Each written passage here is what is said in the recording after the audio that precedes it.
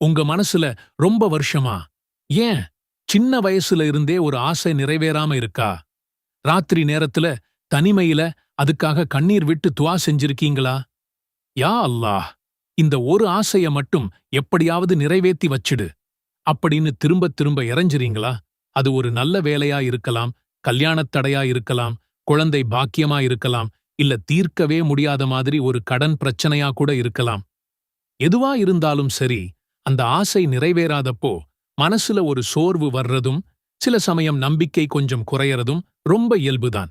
ஆனா அல்லாஹ் நம்ம மேல ரொம்ப கருணையுள்ளவன்.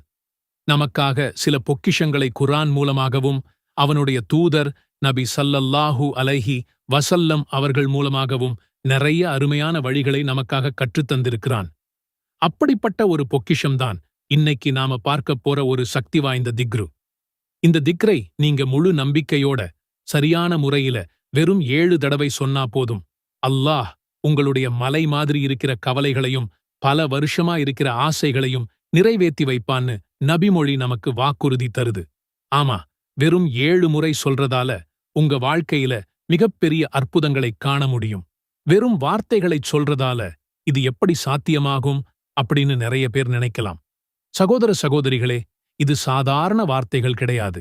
இது எல்லாம் வல்ல அல்லாஹ்வின் திருமறையான குர்ஆன்ல வசனமான 129வது வசனத்தில் வர்ற ஒரு துஆ.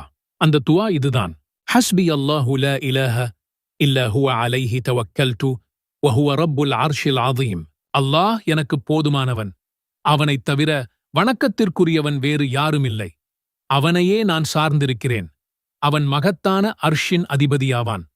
இதோட ஆதாரம் என்னன்னு முதல்ல நாம தெரிஞ்சுக்கணும். அபூதாவூத் என்கிற ஹதீஸ் நூல்ல 5081 எண்ணுல ஒரு செய்தி பதிவாகியிருக்கு. அதுல அபூ தர்தா ரலியல்லாஹு அன்ஹு அவர்கள் சொல்றாங்க, யார் ஒருவர் காலையிலையும் மாலையிலையும் இந்த திக்ரை 7 முறை ஓதுகிறாரோ, அவருடைய இவ்வுலக மற்றும் மறு உலக கவலைகள் எதுவா இருந்தாலும் சரி, அது எல்லாத்துக்கும் அல்லாஹ்வே போதுமானவன் ஆகிவிடுகிறான். சுப்ஹானல்லாஹ். யோசிச்சுப் பாருங்க, இந்த முழு உலகத்தையும் படைச்ச அல்லாஹ்வே நான் உனக்கு போதும் அப்படின்னு சொன்னா, நமக்கு அதைவிட பெருசா என்ன வேணும்? நம்மளோட தேவைகளும் ஆசைகளும் அந்த பிரபஞ்சத்தோட அதிபதிக்கு முன்னாடி ஒரு விஷயமே இல்லை. இந்த திக்ரோட முழு அர்த்தத்தையும் நாம புரிஞ்சுக்கிட்டு சொல்லும்போது அதோட சக்தி இன்னும் பல மடங்கு அதிகமாகும். ஒரு கிளிப்பிள்ளைக்கு சொல்ற மாதிரி மனப்பாடம் பண்ணி சொல்றதை விட ஒவ்வொரு வார்த்தையோட ஆழத்தையும் உணர்ந்து சொல்லும்போதுதான் நம்ம இதயத்துல உண்மையான ஒரு மாற்றம் உண்டாகும். இந்த திக்ரை உங்க அன்றாட வழக்கமாக்கிக்கோங்க. ஒரு மண்டலம், அதாவது 40 நாட்கள் தொடர்ந்து செஞ்சு பாருங்க. இன்ஷா அல்லாஹ், உங்க வாழ்க்கையில ஒரு நல்ல மாற்றத்தையும் மனசுல ஒருவிதமான அமைதியையும் நீங்களே உணர்வீங்க. கடைசியா ஒண்ணு மட்டும் மனசுல வச்சுக்கோங்க. இந்த திக்ர் ஒரு மந்திரமோ இல்ல குறுக்கு வழியோ கிடையாது. இது உங்களுக்கும் அல்லாஹ்வுக்கும் இடையில இருக்கிற உறவை பலப்படுத்துற ஒரு கருவி. இது உங்க ஈமானையும் தவக்குலையும் அதிகப்படுத்துற ஒரு பயிற்சி. நீங்க செய்ய வேண்டிய முயற்சிகளைச் செஞ்சுட்டு முழு நம்பிக்கையோட இந்த திக்ரை ஓதி அல்லாஹ் கிட்ட உங்க தேவைகளைக் கேளுங்க. நிச்சயமாக அவன் உங்கள் அழைப்புக்கு பதிலளிப்பான். அவன் நாடினால் உங்கள் நீண்ட நாள் ஆசைகளை நிறைவேற்றி உங்கள் கவலைகளை நீக்கி உங்கள் வாழ்வில் நிம்மதியையும் சந்தோஷத்தையும் அருள்வான். எல்லாம் வல்லல்லாஹ் இந்த திக்ரை முறையாக ஓதி அவனது அருளைப் பெறும் பாக்கியத்தை நம் அனைவருக்கும் தந்தருள்வானாக. நம்முடைய ஹலாலான ஆசைகள் அனைத்தையும் நிறைவேற்றி வைப்பானாக. எவ்வளவு சம்பாதித்தாலும் கையில் பணம் தங்குவதில்லை. கடையில் வியாபாரம் மந்தமாக இருக்கிறது, வீட்டில் நிம்மதியில்லை என்று கவலைப்படுபவரா நீங்கள்? அதற்கு முக்கிய காரணம் நம்மிடம் பணத்தின் அளவு குறைவாக இருப்பது அல்ல, அதில் பரக்கத், அதாவது இறைவனின் அபிவிருத்தி இல்லாமல் இருப்பதுதான். இன்றைக்கு நம் வீட்டிலும் வியாபாரம் செய்யும் கடையிலும் அல்லாஹ்வின் பரக்கத்தும் ரஹ்மத்தும் நிறைந்து வழிய சக்தி வாய்ந்த துஆக்களைப் பற்றி பார்க்கப் போகிறோம். நபி ஸல்லல்லாஹு அலைஹி வஸல்லம் அவர்கள் கூறினார்கள், இந்த துஆவை ஓதிவிட்டு வீட்டை விட்டு வெளியேறும்போது, நீ பாதுகாப்பளிக்கப்பட்டுவிட்டாய், உனக்கு போதுமாக்கப்பட்டுவிட்டது என்று வானவர்களால் சொல்லப்படுகிறது. சைத்தானும் நம்மை விட்டு விலகிவிடுகிறான். முதலாவதாக, தினமும் வீட்டை விட்டு இறங்கும்போதோ அல்லது கடையை திறக்கும்போதோ இந்த துஆவை ஓதுங்கள். பிஸ்மில்லாஹ் தவக்கல்து அலல்லாஹ் வலா ஹவுல வலா குவத இல்லா பில்லாஹ். பிஸ்மில்லாஹ் தவக்கல்து அலல்லாஹ் வலா ஹவுல வலா குவத இல்லா பில்லாஹ். அல்லாஹ்வின் பெயரால் வெளியேறுகிறேன்.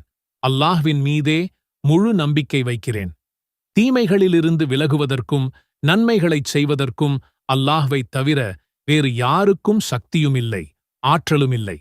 ஹஸ்ரத் அலி ரலியல்லாஹு அன்ஹு அவர்கள் கூறுகிறார்கள், மலை அளவு கடன் இருந்தாலும் அதை அல்லாஹ் நிறைவேற்றும் வழியைக் காட்டுவான் என்று நபி ஸல்லல்லாஹு அலைஹி வஸல்லம் அவர்கள் இந்த கிருபையுள்ள துஆவை கற்றுத்தந்தார்கள். இரண்டாவதாக, வறுமை நீங்கி ஹலாலான முறையில் அதிக பொருளாதாரம் வரவும் கடன்கள் அடைபடவும் இந்த துஆவை ஓதுங்கள். اللهم اكفني بحلالك عن حرامك واغنني بفضلك عمن سواك. اللهم اكفني بحلالك عن حرامك واغنني بفضلك عمن سواك. யா அல்லாஹ், நீ தடுத்த காரியங்களை விட்டு நீ ஆகுமாக்கிய காரியங்களைக் கொண்டே போதுமாக்கிக் கொள்கிற தன்மையை எனக்கு தருவாயாக. உனது அருளைக் கொண்டு உன்னல்லாதவர்களை விட்டும் என்னை தேவையற்று இருக்கச் செய்வாயாக. மூன்றாவதாக, நாம் செய்யும் தொழிலிலும் ஈட்டும் வருமானத்திலும் பரக்கத் கிடைக்க தினமும் ஓத வேண்டிய துஆ. اللهم إني أسألك علما نافعا ورزقا طيبا وعملا متقبلا. اللهم إني أسألك علما نافعا ورزقا طيبا وعملا متقبلا. அல்லாஹ்வே, நிச்சயமாக நான் உன்னிடம் பயனுள்ள கல்வியையும் தூய்மையான ஹலாலான வாழ்வாதாரத்தையும் உன்னால் ஒப்புக்கொள்ளப்பட்ட நற்செயலையுமே கேட்கின்றேன். اللهم صل على محمد النبي الأمي وعلى آله وسلم تسليما. அல்லாஹ்வே, உம்மி நபியான முஹம்மத் ஸல்லல்லாஹு அலைஹி வஸல்லம் அவர்கள் மீதும் அவர் குடும்பத்தினர் மீதும் உனது அருளைப் பொழிவாயாக. அவர்களுக்கு முழுமையான சாந்தியையும் சமாதானத்தையும் வழங்குவாயாக. ربنا آتنا في الدنيا حسنة وفي الآخرة حسنة وقنا عذاب النار. துஆவின் பொருள், எங்களின் இறைவா, இம்மையிலும் நல்லதைத் தருவாயாக, மறுமையிலும் நல்லதைத் தருவாயாக, மேலும் நரக வேதனையிலிருந்து காப்பாற்றுவாயாக. اللهم صل على محمد النبي الأمي وعلى آله وسلم تسليما. அல்லாஹ்வே, உம்மி நபியான முஹம்மத் ஸல்லல்லாஹு அலைஹி வஸல்லம் அவர்கள் மீதும் அவர் குடும்பத்தினர் மீதும் உனது அருளைப் பொழிவாயாக. அவர்களுக்கு முழுமையான சாந்தியையும் சமாதானத்தையும் வழங்குவாயாக. ربنا آتنا في الدنيا حسنة وفي الآخرة حسنة وقنا عذاب النار. துஆவின் பொருள், எங்களின் இறைவா, இம்மையிலும் நல்லதைத் தருவாயாக, மறுமையிலும் நல்லதைத் தருவாயாக, மேலும் நரக வேதனையிலிருந்து காப்பாற்றுவாயாக.